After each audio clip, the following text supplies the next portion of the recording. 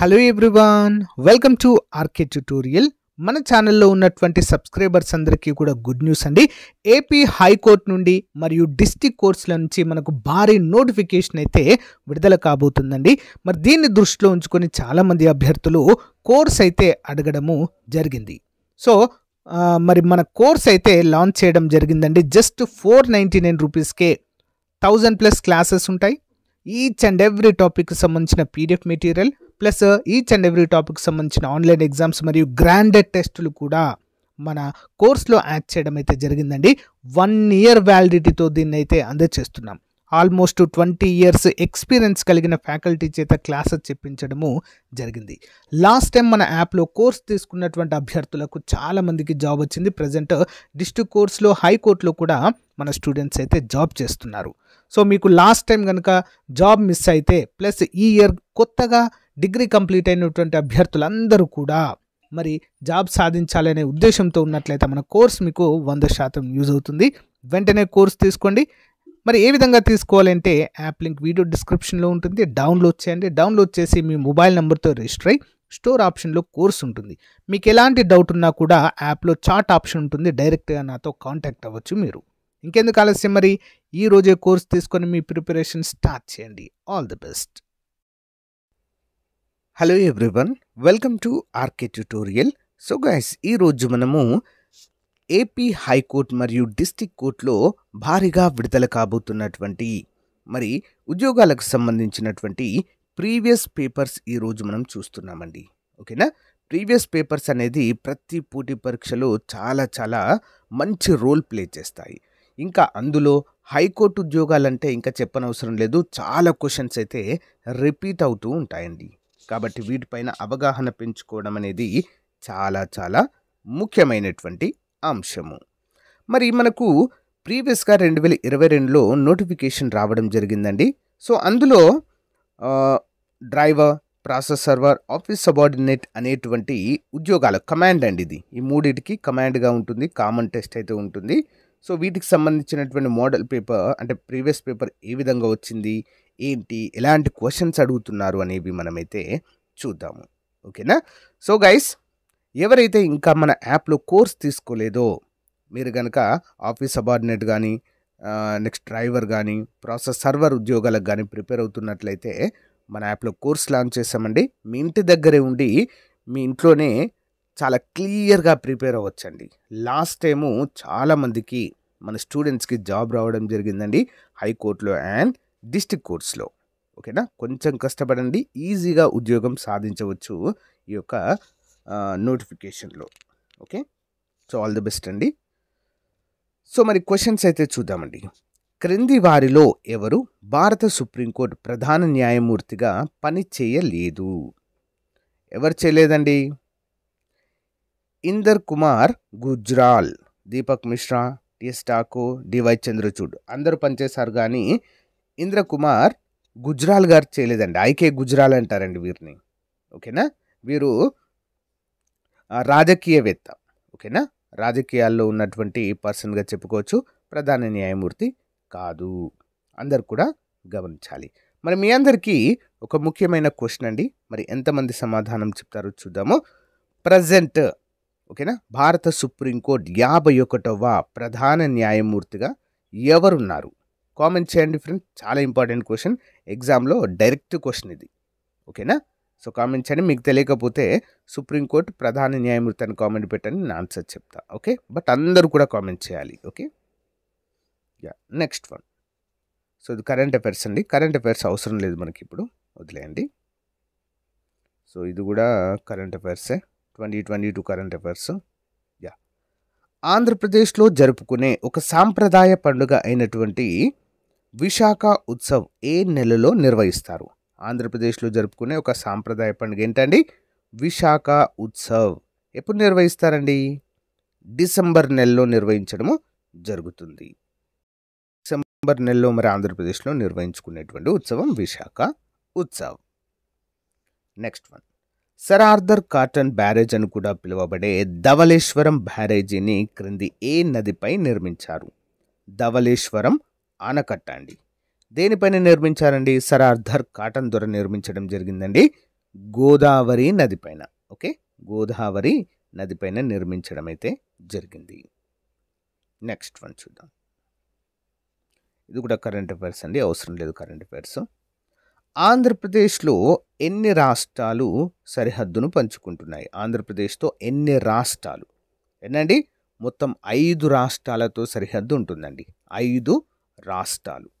ఓకేనా, తమిళనాడు, ఓకేనా, తమిళనాడుతో ఉంటుంది, కర్ణాటకతో ఉంటుంది, ఓకే, నెక్స్ట్ ఆంధ్రప్రదేశ్తో ఉంటుంది, నెక్స్ట్ ఛత్తీస్గఢ్తో ఉంటుంది, అండ్ ఒడిషాతో కూడా ఉంటుంది. ఇవన్నిటితో కూడా మరి ఆంధ్రప్రదేశ్ సరిహద్దునైతే పంచుకుంటుంది మొత్తం 5 రాష్ట్రాలతో. నెక్స్ట్ వన్ కరెంట్ అఫైర్స్, ఇది అవసరం లేదు. ఈ క్రింది ఏ జిల్లాలో త్రికోటేశ్వర ఆలయము లేదా దేవాలయం ఉంది? క్రింది ఏ జిల్లాలో త్రికోటేశ్వర దేవాలయం ఉంది? ఎక్కడ ఉందండి? ఆన్సర్ గుంటూరు జిల్లాలో కలదు. త్రికోటేశ్వర టెంపుల్ గుంటూరు జిల్లాలో కలదు. నెక్స్ట్ వన్, ఇది కూడా అవసరం లేదు కరెంట్ అఫైర్స్. అది క్రింది వాటిలో ఏ వార్తాపత్రికను మహాత్మా గాంధీ స్థాపించలేదు? ఏంటంటే ఇండియన్ ఒపీనియన్ మహాత్మా గాంధీ గారిది, నవజీవన్, యంగ్ ఇండియా కూడా మహాత్మా గాంధీ గారే స్థాపించారు.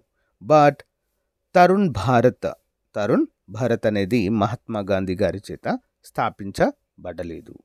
ఓకే, ఇంపార్టెంట్ క్వశ్చన్ అండి. భారత జాతీయోద్యమాన్ని కనుక తీసుకున్నట్లయితే 3 భాగాలుగా విభజించవచ్చండి. అతివాదులు, మితవాదులు, అతివాదులు, గాంధీ యుగం అని కూడా పిలుస్తారు. అంటే గాంధీ గారు భారత స్వాతంత్రోద్యమంలో కీలక పాత్ర పోషించడం జరిగింది 1915 నుంచి 1947 వరకు. ఇది గాంధీ యుగంగా మనమైతే పేర్కొంటాము. ఓకేనా, నెక్స్ట్ వన్, క్రింది వారిలో ఎవరిని ఆంధ్ర కేసరి అంటే ఆంధ్రుల సింహం అని పిలుస్తారు? ఎవరినండి ఆంధ్ర కేసరి అని ఎవరికి బిరుదు? ఆన్సర్ టంగుటూరి ప్రకాశం పంతులు గారిని మరి ఆంధ్ర కేసరి అనేటువంటి బిరుదుతో పిలుస్తాము. ఇంపార్టెంట్ క్వశ్చన్ అండి. నెక్స్ట్ వన్, పండిత్ విష్ణు నారాయణన్ భట్కండే క్రింది ఏ కళతో సంబంధం కలిగి ఉన్నారు? పండిత్ విష్ణు నారాయణన్ భట్కండే క్రింది ఏ కళతో సంబంధం కలిగి ఉన్నారు? ఆన్సర్ శాస్త్రీయ సంగీతము, క్లాసికల్ మ్యూజిక్. ఓకే, క్లాసికల్ మ్యూజిక్తో సంబంధం కలిగి ఉన్నారు. నెక్స్ట్ వన్, ఓయినాం బెట్టెం దేవి. ఓయినాం బెంటెం దేవి ప్రముఖ భారతీయ ఫుట్బాల్ క్రీడాకారిణి మరియు పద్మశ్రీ అవార్డు గ్రహీత. ఆమెను భారత ఫుట్బాల్ దుర్గా అని పిలుస్తారు. ఆమె ఈ క్రింది వాటిలో ఏ రాష్ట్రానికి చెందినవారు? ఏంటండి, ఓయినాం బెంటెం దేవి ఎవరండి? మణిపూర్ రాష్ట్రానికి చెందినవారండి. ఓయినాం బెంబెం దేవి. ఓకే, మణిపూర్ రాష్ట్రానికి చెందిన ప్రముఖ ఫుట్బాల్ క్రీడాకారిణి అండి. ఓకేనా, భారత ఫుట్బాల్లో దుర్గా అని పిలుస్తారంట వీరిని. ఇంపార్టెంట్. నెక్స్ట్ వన్, ఇది కూడా కరెంట్ అఫైర్స్ అండి, వదిలేయండి. క్రికెట్ ఆటలో క్రింది ఏ పదాన్ని ఉపయోగించరు? సో లెగ్ గ్లాన్స్ అంటారు, యార్కరు, సిల్లీ పాయింట్ అనేవి ఉపయోగిస్తారు. రుక్ అనేది ఉపయోగించరు. రుక్. ఓకే, నెక్స్ట్ వన్ చూద్దాం. సెప్టెంబర్ 1948లో కొత్తగా స్వతంత్రం పొందిన గణతంత్ర భారతదేశం హైదరాబాద్ రాష్ట్రానికి వ్యతిరేకంగా చేసిన పోలీస్ చర్య గల కోడ్ ఏమిటి? అంటే భారతదేశానికి స్వతంత్రం వచ్చిన తర్వాత కూడా ఆల్మోస్ట్ 560 పైగా సంస్థానాలు స్వతంత్రంగా ఉన్నాయండి. ఓకేనా, రాజుల ఆధీనంలో ఉన్నటువంటి సంస్థానాలు స్వతంత్రంగా ఉన్నాయి. అయితే కొన్ని స్వతంత్రం రాగానే ఆల్మోస్ట్ చాలా వరకు భారతదేశంలోనే విలీనమైపోయాయి. ఓకేనా, అయితే కొన్ని విలీనం కాలేకపోయాయండి. ఓకేనా, జునాగఢ్ కావచ్చు, ట్రావెన్కోర్ కావచ్చు, హైదరాబాద్ కావచ్చు, జమ్మూ కాశ్మీర్ కావచ్చు, ఇలా కొన్ని ఉన్నాయండి.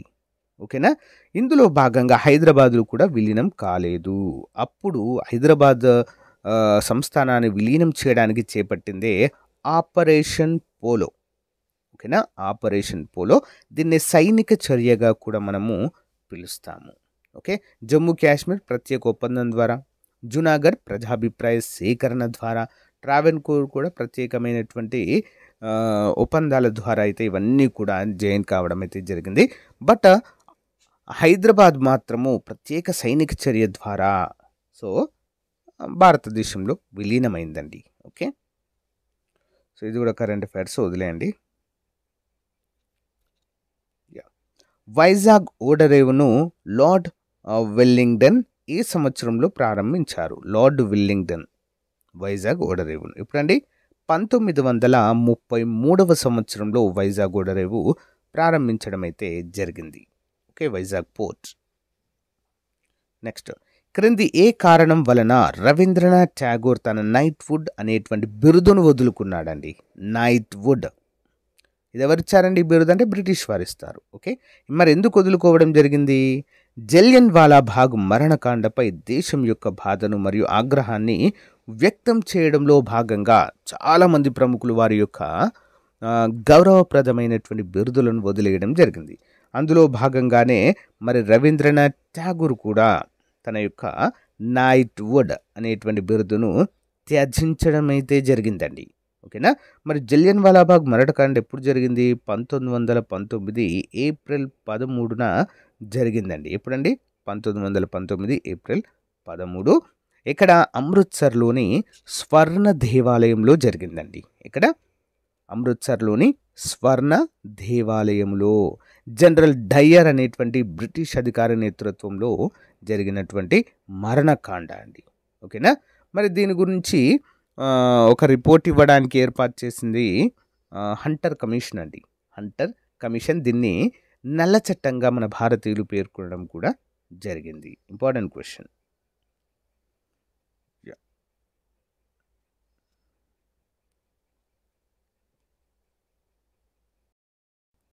నెక్స్ట్ క్వశ్చన్ చూద్దాం.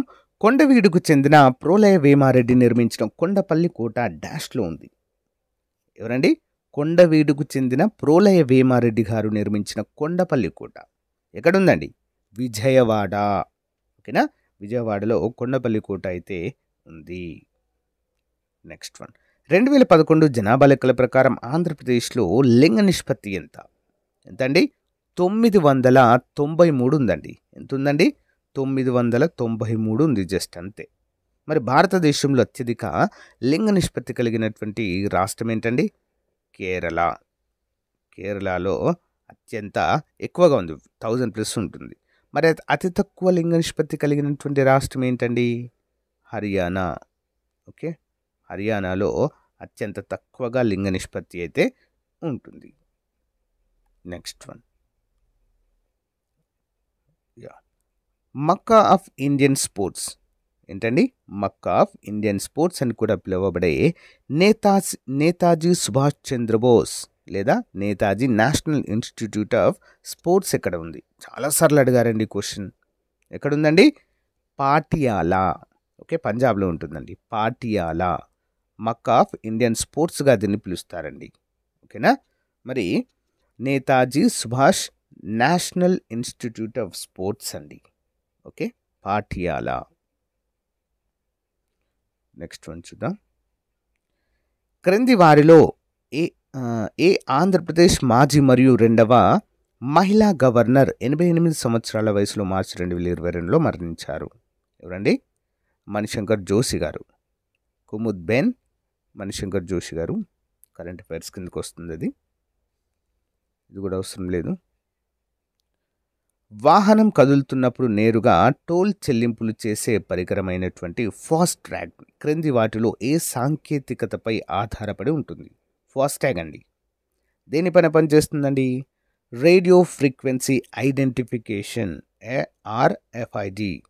రేడియో ఫ్రీక్వెన్సీ ఐడెంటిఫికేషన్ అనేటువంటి సాంకేతికత పైన ఫాస్టాగ్ పనిచేస్తుంది. నెక్స్ట్ వన్, కరెంట్ అఫైర్స్ అండి, ఇది వదిలేయండి. క్రింది వాటిలో ఏది బౌద్ధ మతం యొక్క బోధనలు సూచించదు? క్రింది వాటిలో ఏది బౌద్ధ మతం యొక్క బోధనలని సూచించదు? ఏం సూచించదు? అష్టాంగ మార్గం అండి. ఓకేనా, అష్టాంగ మార్గం అనేది బౌద్ధ మతం యొక్క బోధనలను సూచించదు. ఓకేనా? సో 4 దివ్య సత్యాలు. ఓకే, నెక్స్ట్ జ్ఞానోదయం పొందడం, అష్టాంగ మార్గాలు ఇవన్నీ కూడా సూచిస్తాయి, కానీ 4వది సూచించదు. ఏంటి? 5 ప్రమాణాలు: అహింస, సత్యము, ఆస్తి అంటే దొంగతనం చేయకూడదు, అపరిగ్రహము అంటే ఆస్తిని కలిగి ఉండడం, బ్రహ్మచర్యం నిగ్రహం కలిగి ఉండడం. సో ఇవన్నీ కూడా సూచించదు అండి, పైన వాటిని మాత్రమే సూచిస్తుంది. 4 దివ్య సత్యాలు, జ్ఞానోదయం పొందడం, అష్టాంగ మార్గాలు అనేటువంటివి సూచిస్తుంది. Okay, next one. ఇది కూడా అవసరం లేదు, కరెంట్ అఫైర్స్ అది. నెక్స్ట్, భారతదేశంలో బ్రిటిష్ పాలనలో క్రింది సంఘటనలను సరైన కాలానుక్రమంలో గుర్తించండి. ఓకే, సైమన్ కమిషన్, రౌలట్ చట్టము, బెంగాల్ విభజన, చంపారన్ సత్యాగ్రహం. ఓకేనా, 1 by 1 అయితే చూద్దాము. ఇక్కడ ఆన్సర్ వచ్చేసి సిడిబిఏ అండి. ముందుగా 1 by 1 చూద్దామండి. బెంగాల్ విభజన చూద్దామండి. ముందు ఎప్పుడు జరిగిందండి? ఇది 1905లో జరిగిందండి. బెంగాల్లో లార్డ్ కర్జన్ బెంగాల్ విభజన చేస్తారు. ఓకేనా, బెంగాల్ విభజన తర్వాత వచ్చినటువంటి ముఖ్యమైనది ఏంటిదంటే చంపారన్ సత్యాగ్రహం అండి. 1917లో గాంధీజీ గారి నేతృత్వంలో జరిగినటువంటి మొట్టమొదటి సత్యాగ్రహం అండి ఇది. ఓకేనా, బీహార్లో జరుగుతుంది చంపారన్ సత్యాగ్రహము. దీని తర్వాత వచ్చేటువంటిది రౌలట్ చట్టం అండి, 1919 రౌలట్ చట్టము. ఓకేనా, ఎందుకు తీసుకొచ్చారండి ఇది? జలియన్ వాలా బాగ్ మారణకాండని తెలుసుకోవడానికి బ్రిటిష్ వారు వేసినటువంటి కమిషన్గా చెప్పుకోవచ్చు. నెక్స్ట్, సైమన్ కమిషన్ ఎప్పుడు వచ్చిందండి? 1927 సైమన్ కమిషన్. 1919 భారత ప్రభుత్వ చట్టాన్ని, ద్వంద్వ ప్రభుత్వ చట్టాన్ని మరి పరిశీలించడానికి, దానిపైన ప్రజాభిప్రాయాన్ని సేకరణ చేయడానికి వచ్చినటువంటిదే సైమన్ కమిషన్. ఓకేనా, గుర్తుంచుకోవాలి. నెక్స్ట్ వన్, ఇదేంటి కరెంట్ అఫైర్స్, ఇది కూడా వదిలేయండి. ఆంధ్రప్రదేశ్లో మొత్తం భూభాగంలో ఎర్ర నేలలు సుమారు ఎంత శాతం ఉన్నాయి? ఎర్ర నేలల శాతం అండి ఎంత ఉందండి? 66% ఎర్ర నేలలే ఉంటాయండి. ఎర్ర నేలల తర్వాత 2వ స్థానంలో ఉన్నటువంటివి నల్ల నేలలు. ఓకేనా, ఫస్ట్ ఎర్ర నేలలే, మన దేశంలో చాలా వరకు ఎర్ర నేలలే ఎక్కువగా ఉంటాయి, తర్వాత నల్ల నేలలు. ఇది కూడా కరెంట్ అఫైర్స్, వదిలేయండి. నెక్స్ట్, ఏ రాజ్యాంగ సవరణ చట్టం ద్వారా ఆంధ్రప్రదేశ్ రాష్ట్ర విభజన జరిగింది? ఆంధ్రప్రదేశ్ పునర్విభజన చట్టము 2014. ఆంధ్రప్రదేశ్ నుంచి తెలంగాణ రాష్ట్రాన్ని 2014 జూన్ 2న వేరు చేయడం అయితే జరిగింది. ఓకే, గమనించాలి. ఇప్పుడు వచ్చినటువంటిదే ఆంధ్రప్రదేశ్ పునర్వ్యవస్థీకరణ చట్టము 2014, Andhra Pradesh reorganisation act. So guys, ఇదండి మరి ఈ రోజుకు సంబంధించినటువంటి ఆఫీస్ సబార్డినేట్ కావచ్చు, డ్రైవర్ కావచ్చు. ఓకేనా, సో నెక్స్ట్ ఇంకొకటి ఉంది కదా, 3 ఉద్యోగాలకు సంబంధించి కామన్గా ఉంటుందండి ఈ టెస్ట్ అనేటువంటిది. ప్రాసెస్ సర్వర్ మూడింటికి. ఓకే, మూడింటికి కామన్గా టెస్ట్ అయితే ఉంటుందండి. సో లాస్ట్ ఇయర్ కండక్ట్ చేయడం జరిగింది. సో ప్రతి ఒక్కరు కూడా చూడండి ఫ్రెండ్స్, ప్రీవియస్గా వచ్చినటువంటి అన్ని ప్రీవియస్ పేపర్స్ని మీకైతే ఎక్స్ప్లెయిన్ చేయడం జరుగుతుంది. ఎందుకంటే రిపీటెడ్గా వస్తాయండి క్వశ్చన్, చాలా వరకు మనం కవర్ చేయవచ్చు. ఓకే, కాబట్టి రెగ్యులర్గా ఫాలో అవ్వండి. చాలామంది ఇప్పటికే మన కోర్స్ అయితే తీసుకున్నారండి యాప్లో. ఇంకా ఎవరైనా తీసుకున్నట్లయితే వెంటనే తీసుకోండి. ఓకేనా, ఆల్ ది బెస్ట్ అండి. యాప్ లింక్ వీడియో డిస్క్రిప్షన్లో ఉంటుంది, వెంటనే తీసుకోండి.